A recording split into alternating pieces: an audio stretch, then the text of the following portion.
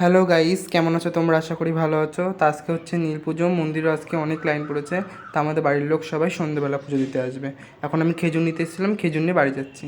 তখন বাড়ি এসে দেখছি আমাদের বাড়িতে হরগৌরী এসেছে, এখন তারা নাচ করছে।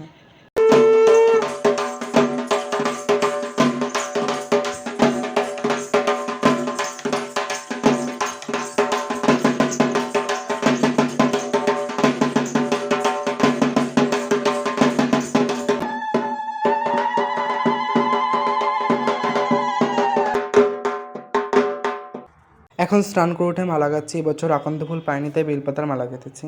তারপর বাড়ির সবাই মিলে মন্দিরে পুজো দিতে এসেছে, মা, জেঠিমা, বৌদি মিলে।